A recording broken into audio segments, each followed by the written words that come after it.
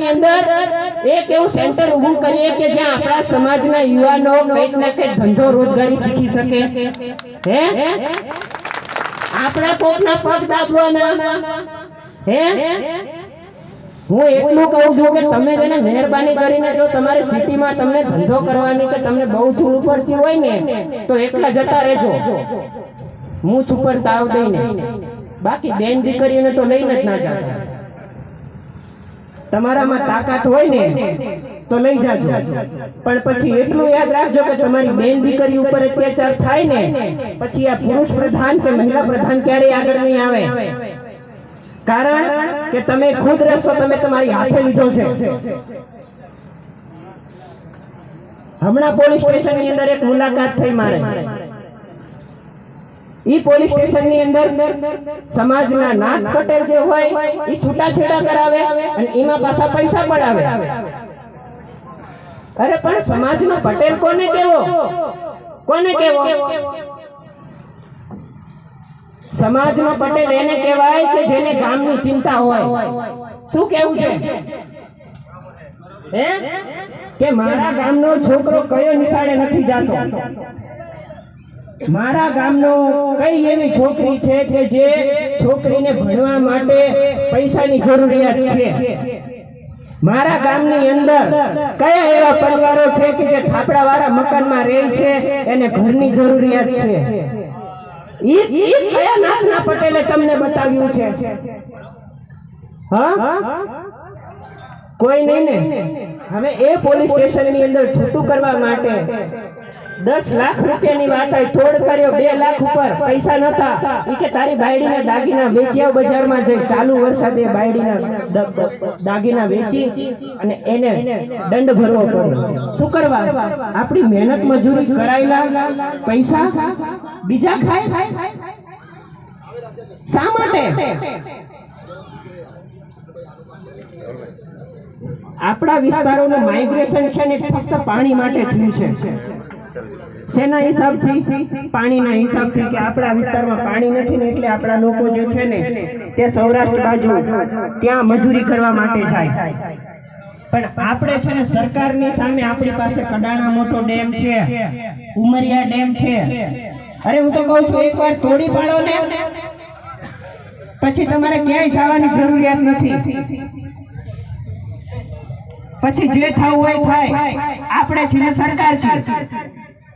બીજો માનગઢ જેવો હત્યાકાંડ થાય તો પણ આપણે સહન કરી લેશું. કારણ કે આદિવાસી એક એવી જ પ્રજા છે કે જેને જેટલું જોતું હોય ને એટલું આપણે આપી દઈએ. પછી આપણે એમ કહીએ ભાઈ તને તારો રસ્તો આપી દીધો તું નીકળ અહીંયા. એટલે જ આપણે આ ભાવમાં જીવીએ છીએ.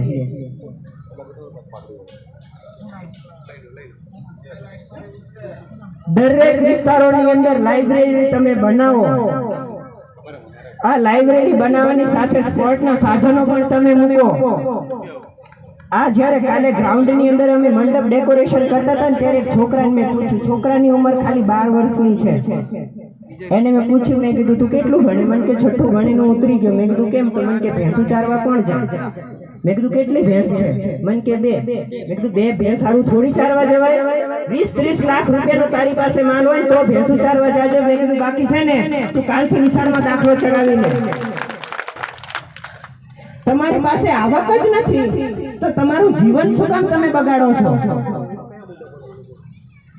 અને ઈ છોકરાને પાછી બીડી પીવાનું ટેવ. પીવો તમે, તમારા પૈસાનું પીવો છો, બધું કરો, કોઈ ના નથી. દુનિયા છે, દુનિયાની અંદર મોજ શોખ બધું કરો, પણ એની લિમિટ હોય. અને મહેરબાની કરીને દેખા દેખીમાં તો કોઈ ઉતરતા જ નહીં. આ બધા દેવાદાર થઈ ગયા છે, બધાય. એકે ના પાડે જો કોઈ બોલતા જ નથી એટલે બધા ગુનામાં છે. અને એ પણ કોને ખબર છે? વ્યાજખોરોને. વ્યાજે રૂપિયા લાવી હાલ ને ભાઈ ભરી દેવું અને આખી જિંદગી ત્યાં કાઢે. કાઠિયાવાડ શું થાય શું નહીં ખબર જ નહીં. મહેરબાની કરીને વ્યાજખોરોને કાઢો. ને બીજા જે પરપ્રાંતીય જે લોકો આવે છે ને, હું તો ચોખ્ખું કહી દઉં, મારવાડી, એને અહીંયાથી કાઢો. એને જ કાઢો તમે. ઈ તમને તમારો ધંધો નહીં કરવા દે, તમને હક જીવા નહીં દે, તમને લૂંટી લેશે. ફતેપુરમાં એક મારવાડીની દુકાન હતી કલર કામની. અમે અહીંયા કલર લેવા ગયા ને તો પહેલા કે અમે ભાડે દુકાન લીધી હતી. અત્યારે મળવા ગયા ને તો મારી પોતાની છે. લો વર્ષ દિવસમાં એને કેટલું કમાઈ લીધું તમારા પાસેથી? તમે વિચાર તો કરો. આપણે એક રૂપિયો નથી બચાવી શકતા, એ રૂપિયો બચાવીને પોતાના ઘર બનાવે છે. આપણે પણ સમાજની અંદર એક એવી વિચારધારા ઊભી કરો.